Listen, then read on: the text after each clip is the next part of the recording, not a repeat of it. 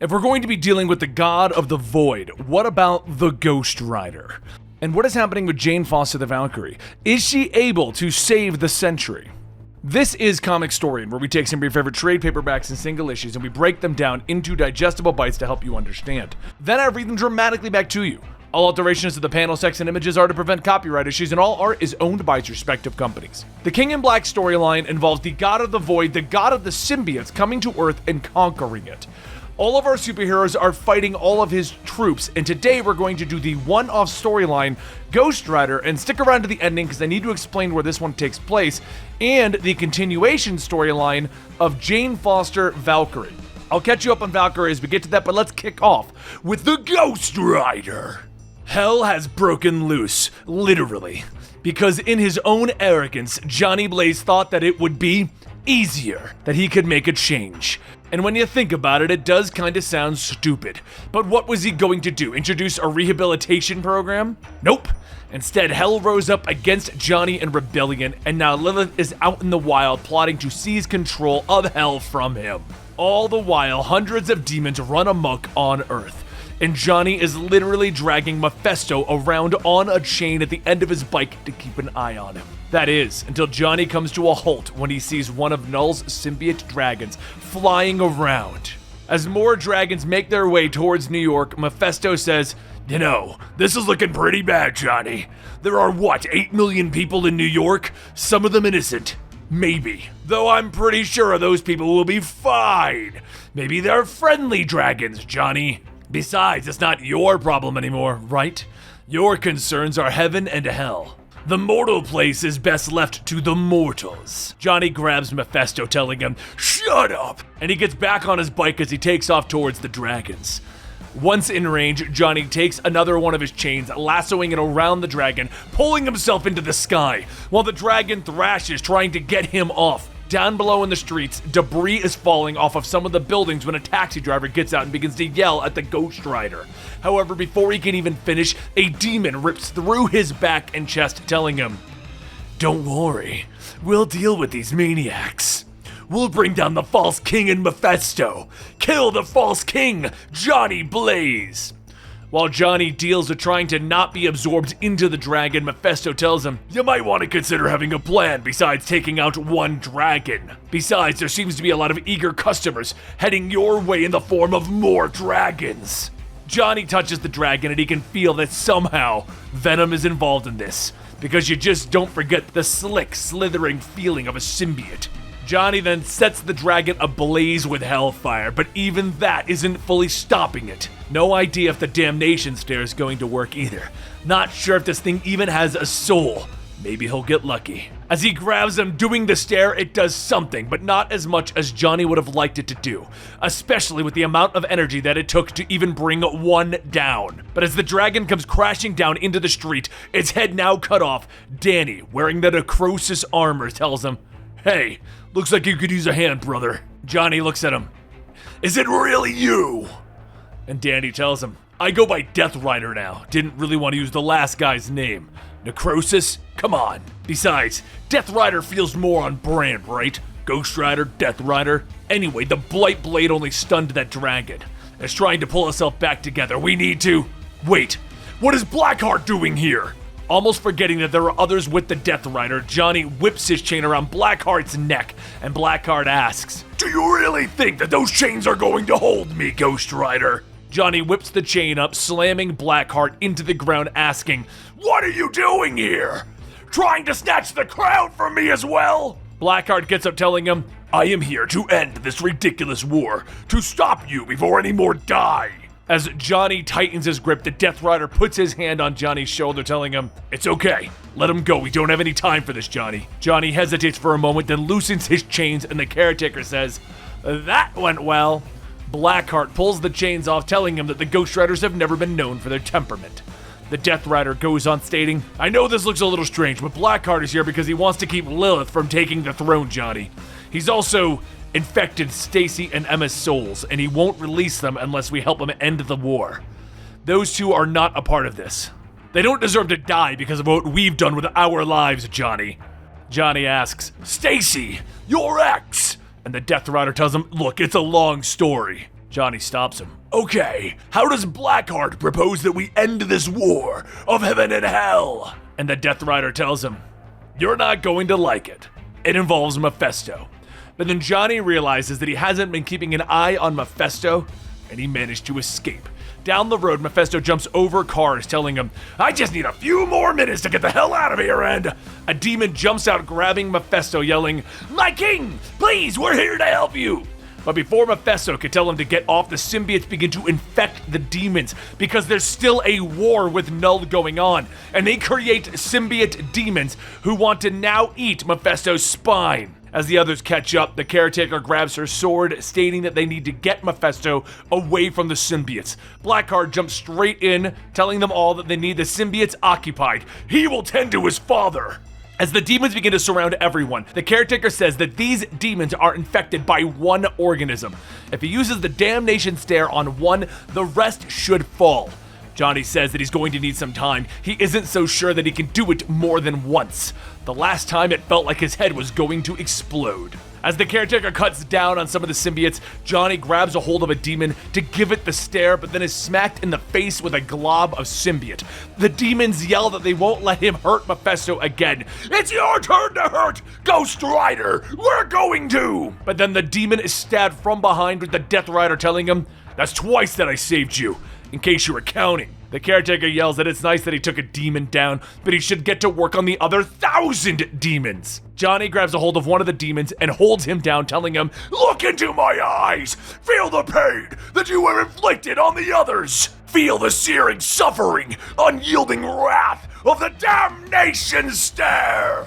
As the symbiotes are all burned away, the black goop pours onto the ground and Mephisto gets ready to leave, but Blackheart stops him. We have a plan. Blackheart uses one of the demons to sacrifice, and as they explode in a whirlwind of flesh and guts, Mephisto says, the portal of 1,000 condemned souls. Very clever. This would fill my heart knowing my son wouldn't forsake me, if I had a heart. But it's time to go home. All I need to do is... But before he could step into the portal, regain his throne as the king of hell, Johnny grabs him. This is getting old. But the caretaker says... You have to let Mephisto go, Johnny. Johnny yells that Mephisto is the only one who can lead him to Lilith's army. Without him, he's not even sure he can do this. Caretaker tells him that even with him, he can't. Mephisto's been dealing with Lilith's attempts to take over Hell for over a millennia, and he's been ruling Hell for a few months. Look at the state of things. But if they let Mephisto go, if they let him reclaim his throne, they can end this. They know how Mephisto operates. They've battled him before. They'll battle him again. Lilith, however, if she wins, if she kills him and manages to seize Hell from a Ghost Rider, she won't be stopped there. She's going to rise up. Johnny yells, After everything that Mephisto has done, all of the others that he has damned, how many lives has he left in ruin? And Death Rider tells him, I'm sorry, truly, but Ghost Rider is needed here. Look at this fight. You can continue to try and save the souls of everyone in the world, but if we don't stop this here, there won't be any souls left to save, Johnny. But rest assured, if Mephisto tries anything, we'll go to Hell and we'll kill him ourselves. As the chains fall, Mephisto laughs. Haha, parting is such sweet sorrow, Ghost Rider. I shall miss our time together. Oh, and I'll be taking a little dollop of whatever the hell this thing is. After taking a symbiote, Mephisto steps into the portal, yelling, Ta-ta! Once the portal closes, Johnny tells them, I hate this. Choosing the devil you know over the devil you don't. It's still choosing a devil. Death Rider gets on his horse, telling him, I know. This isn't the ending that I wanted, but sometimes you have to take what you can get. The important thing is, we never stop fighting. Alright guys, now we're going to go into Return of the Valkyries 3 and 4. But since we covered 1 and 2 a long time ago, and this is probably one of the more confusing tie-ins for King in Black, I'm actually going to read the recap at the beginning of Return of the Valkyries King in Black 3, so that you have an idea as to what is going on. I'll also link the videos 1 and 2 that had the first 2 parts down below so you can fully understand this, but this one's just a little bit confusing, so I wanted to get you guys caught up. As the last of the Valkyries, Jane Foster was responsible for carrying the soul of the first slain hero, the Sentry, to his final resting place. But on their journey to the afterlife, they were attacked by a headless Celestial, the first entity murdered by Null eons ago. The Celestial feeds energy to Null's Necro Sword and in return feasts upon the souls of the sword's victims. One warrior managed to break free from the Celestial, a Valkyrie with no name who was captured while carrying her beloved soul to the afterlife. She helped Jane escape from the Celestial, and now Jane is teaming up with the various Valkyries to find a way to defeat the Celestial and cut off Null's power, weakening him enough for the rest of the superheroes to win this battle. On top of all of that, we have Danny Moonstar and Hildegard of the Warriors 3 helping out Jane, but she still probably isn't going to win. And that is a recap of Valkyries 1 and 2, so let's get into 3 and 4 on today's episode of King in Black. At a young age, Hildegard was in the care of the combat trainer, Matthias. She had bested every swordsman, champion, gladiator, foalist, and warrior the land had to offer, including Matthias himself. Though her ambitions of fighting the gods were not far off, Matthias wanted to teach her one particular skill. He left her in a cave with a grumpy old dragon, a sort of crash course in humility, or perhaps the food chain. The young Hildegard asked what was this supposed to do, and the dragon spews fire at everything that moves. It was something about picking her battles. She didn't need to fight the dragon. She merely needed to pass it. And if it attacks everything, become nothing. He also had these dragon rules, the 3 T's. Meanwhile, back in the current day, Danny is helping Hildegard to her feet, asking what are the 3 T's. Hildegard laughs, telling her, teeth, tail, and toes. Danny says, toes? And Hildegard tells her, well, claws, really. Valkyrie! There is a weak spot beneath its jaw. As Jane flies up, Hildegard swings in, slicing off the symbiote dragon's claws, causing it to recoil, giving Jane the opening that she needs to cut off the head. Danny then says, okay, 1 down, millions of dragons to go, and Hildegard asks if there's a better plan than that. Please say that you have some kind of a plan. Jane says she does. Well, it was Brunhild's plan. Meanwhile, in Vanaheim, the Valkyrie with no name is carving her way through Vanlandi's forces, reclaiming her once legendary axe. No foe, big or small or made of rock, can stop her from getting her hands on it. And now that she has recovered Jarnborn, she is facing yet another problem. Though she feels invincible, she fears that she might not be able to do what Brunhild asked. While trapped inside of the Celestial, every day would repeat. But the worst part, it was comforting. The lack of risk, the endless do-overs, the no true surprises. Even a familiar nightmare can be less frightening than the unknown. What she is afraid of, if she does go back, is that she will find out who she truly is, a coward. Back on Earth, Hildegard says that she is understanding it, that they must step into the place between life and death, perform an ancient ritual, and then battle the dead. All while the third must head to Null's den to find the Necro Sword, preferably before her inevitable end.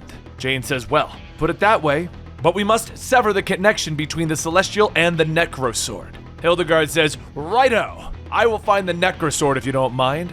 I much prefer my feet firmly planted in the world of flesh and beer. Danny says that she will go where she's needed, but she no longer has Valkyrie powers. How will she get there? Jane tells her not to worry. Bright wind will take her through the veil, and there is no time in between the worlds. She will be all that she once was and ever will be, which hopefully means that she'll have her powers again. As Danny saddles up, she looks at the destruction of the city, stating that this battle could have been avoided if Null had understood the value of their lives. If one single mind changed, all death would end. Jane tells her yes, at least they fight together. Meanwhile, in Valhalla, Brunhild watches as her brothers and sisters train for a war that will never come. At night, they feast and drink as they do before every battle. Dead Valkyries do not tire. There is joy, there is contentment, there is utter peace known only to the unliving, all but one. Brunhild can feel herself distracted. A seed of inspiration, an idea is growing in her mind. But the afterlife is not a place for growth. Ivanar weaves realities that will never be. Her nimble fingers do not tire as they decide the outcome of battles long since fought. Brunhild says that she has come seeking counsel. Jane Foster is going to fight the Celestial. Ivanar says that Jane Foster will die. But Brunhild mentions she told Jane about the ritual, that they have gotten the needle from Asgard. And Ivanar asks, you told them?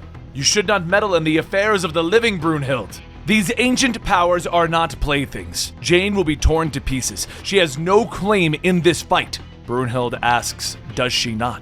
One can argue that a fight with the dead should be fought by the dead. And so the seed spreads. That is the problem with ideas, of course. It takes more than death to kill them.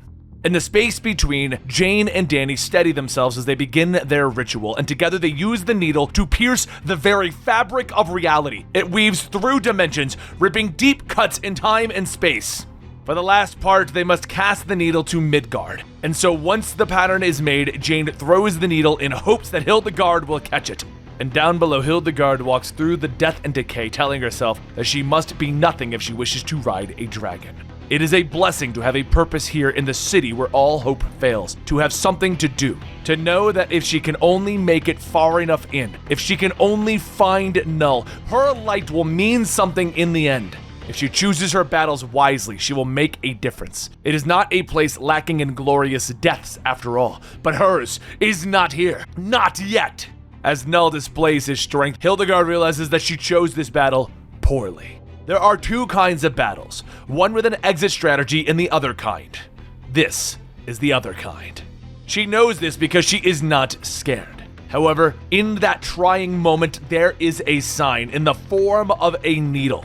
Matthias told her that there would be a time when she knew the fight was over, when she'd known that she had done all that she could and she'd feel nothing but joy. As Hildegard takes the needle, sending it back, she remembers that before, she would have said no. Never. That she'd go down screaming bloody fury. But she was wrong.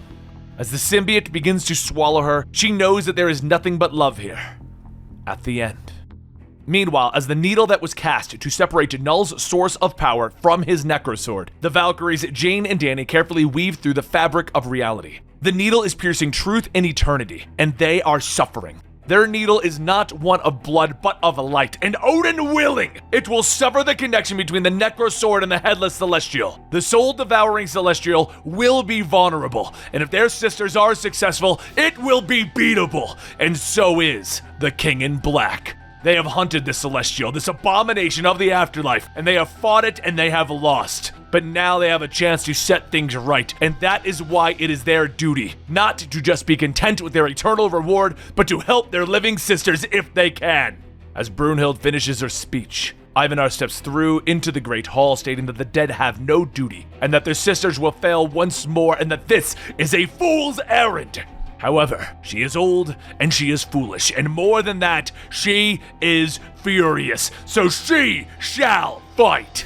Meanwhile, in the space between the worlds, Jane and Danny continue their work, and the Headless Celestial begins to stir. Danny says that there is no way that they can stop it, but Jane tells her to stay behind and do not let go of the thread. They have to finish the ritual. Perhaps she can buy them some time. Danny asks what could she even do against that thing, and Jane takes flight, telling her, "You sound like my oncologist." As Jane gets closer, she pulls out her weapon to form a shield, and the massive sword comes crashing down. She holds her shield up, hearing the voices of the dead speaking to her. And there is another voice in there as well, one that is very much alive. At that moment, the nameless Valkyrie flies through, screaming every obscenity that she can muster while swinging her axe, shattering pieces of the Celestial's armor. Jane calls to her, telling her that she came back, and the Valkyrie says that her horse was, well, let's say convincing. She figured that they were going to Valhalla, so she may as well beat the rush. The Valkyries then take the charge back to the Celestial, but through those fragmented pieces of the armor, Jane can see the dead, their entire lives.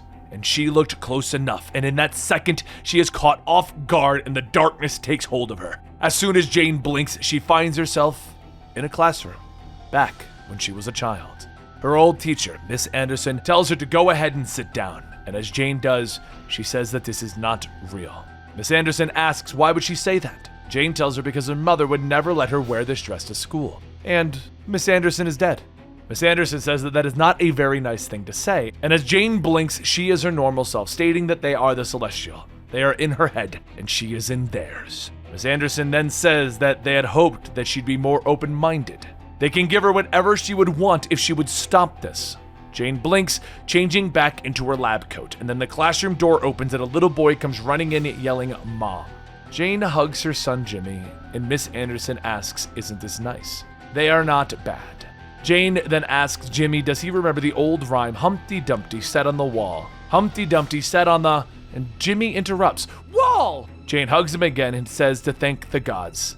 He isn't real. Miss Anderson says why would she say that, and Jane tells them that her son loved that rhyme, and when he got older, he'd play with it. Humpty would be a rhinoceros or a T-Rex, and then the T-Rex would eat Humpty. After that, he never went back to saying wall.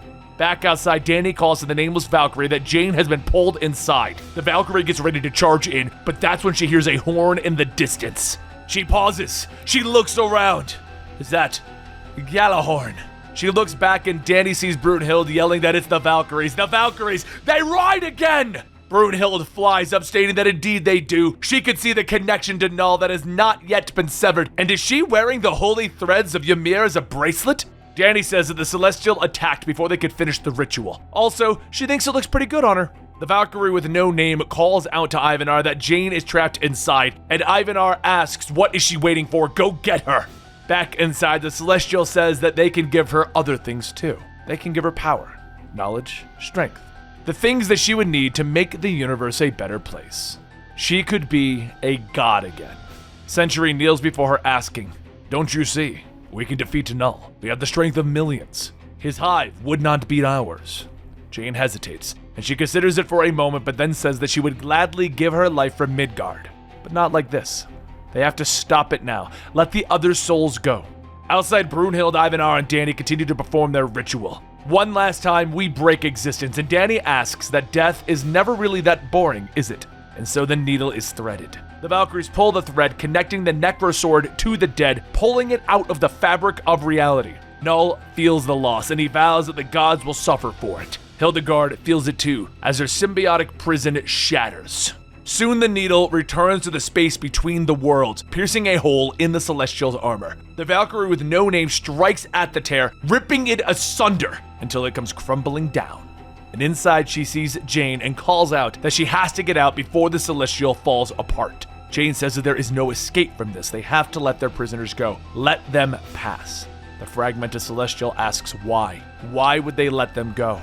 Jane says because it will determine where they go next. Just as she has to let go of her own.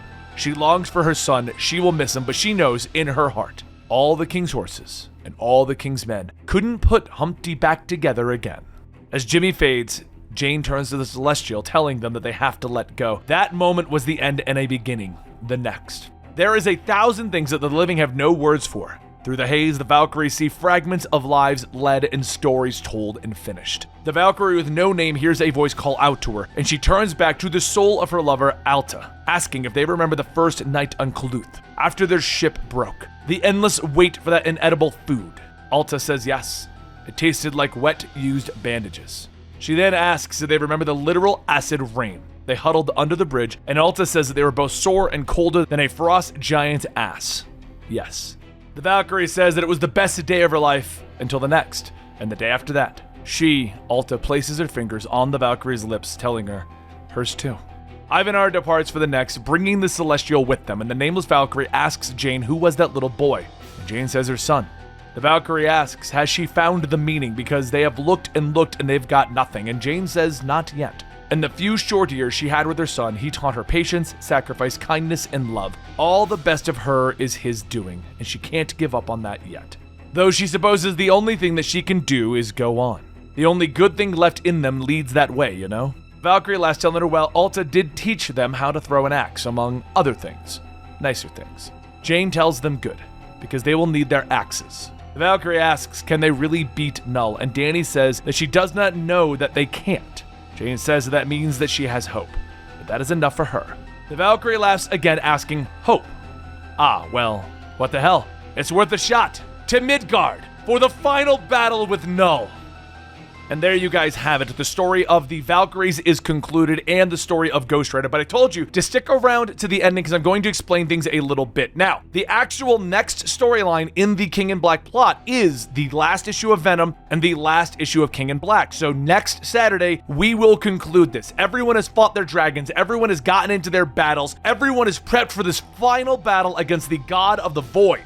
And that will happen next week here on Comicstorian, but you can always go to your local comic book store or Comixology and read the finale right now. But I hope you join us next Saturday. Now, Now, as far as Ghost Rider goes, I did want to explain that one was actually a little bit funny. You see, Ghost Rider was fighting a dragon and he was a part of King in Black, but the Ghost Rider storyline that I started forever ago, it got canceled before they could finish it. It got canceled as Johnny Blaze rode off with Mephisto. So they used this tie-in to tie it into King in Black, but also end that storyline. Free Mephisto, explain that his brother Danny is now the Death Rider, stuff like that. So if you were a little confused as to what was going on in the Ghost Rider one, that's because they were using it as a way to finish the Ghost Rider storyline. I think ultimately we never did the last issue because it did get canceled, and I was like, well, I'm not gonna leave you guys on a massive cliffhanger, but I inevitably left you on a massive cliffhanger. So now that it concludes, maybe we'll just do a Ghost Rider full story and then grab this issue, and then I'll finish those up. We'll just turn it into one big video so you guys know what happened to the Ghost Rider. But let me know in the comments down below if you want that. As far as the Valkyries go, I loved this whole Valkyrie thing, and I'm gonna apologize right now because it's all those Asgardian Norse words that I can't pronounce properly. I apologize though, because basically I